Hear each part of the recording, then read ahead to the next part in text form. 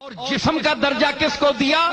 انت منی بمنزلت ہارون من موسیٰ، اے علی تو میرا تیرا میرا وہ رشتہ ہے جس طرح موسیٰ اور ہارون کا رشتہ ہے۔ میں ہٹ جاؤں تو آ جائے گا۔ سورج کا جس طرح سجادہ نشین چاند ہوتا ہے، اے علی میرا سجادہ نشین طریقت میں تو ہے۔ آج کہہ رہے ہیں کون ہے جھگڑا ہے، ارے واضح ہے۔ شب ہجرت تشریف لے گئے تو علی کو لٹایا، سب تھے، علی کو لٹایا، علی کو اپنے جسم کا قائم مقام بنایا، یعنی یہ میرا جسم نہیں ہے، یہ محمد کا جسم ہے۔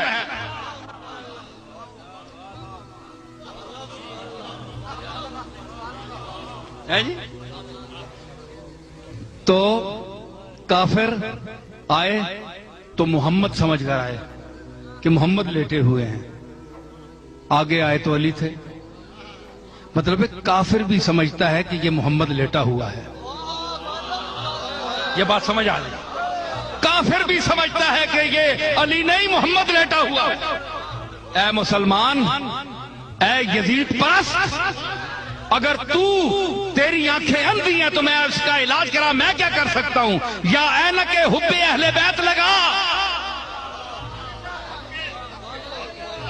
ارے کافر بھی سمجھتا ہے کہ میں محمد سمجھ کر آیا ہوں، ارے یہ تو علی نکلا۔ ارے ہم بھی تو یہی کہتے ہیں، علی کا نام ہے، پردہ اٹھا تو محمد ہے۔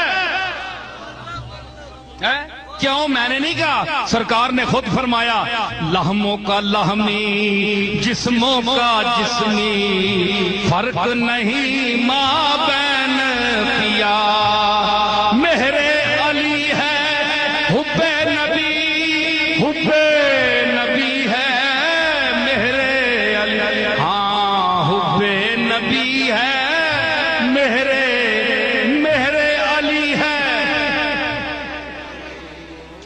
علی دی محبت نبی کی محبت ہے، جو علی سے محبت کرے گا سمجھ لے کہ اس نے محبت نبی سے کی، اور مہر اور حب نبی ہے مہر علی، اور جو نبی سے محبت کرے گا وہ سمجھ لے کہ اس نے علی سے محبت کی۔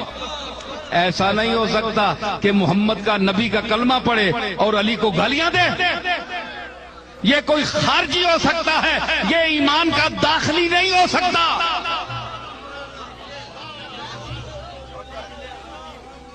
نہیں، یہ کوئی خارجی کہہ سکتا ہے، یہ اذان خارجی کا ہو سکتا ہے، یہ ایمان اور اہل سنت کے کسی داخلی کا نہیں ہو سکتا۔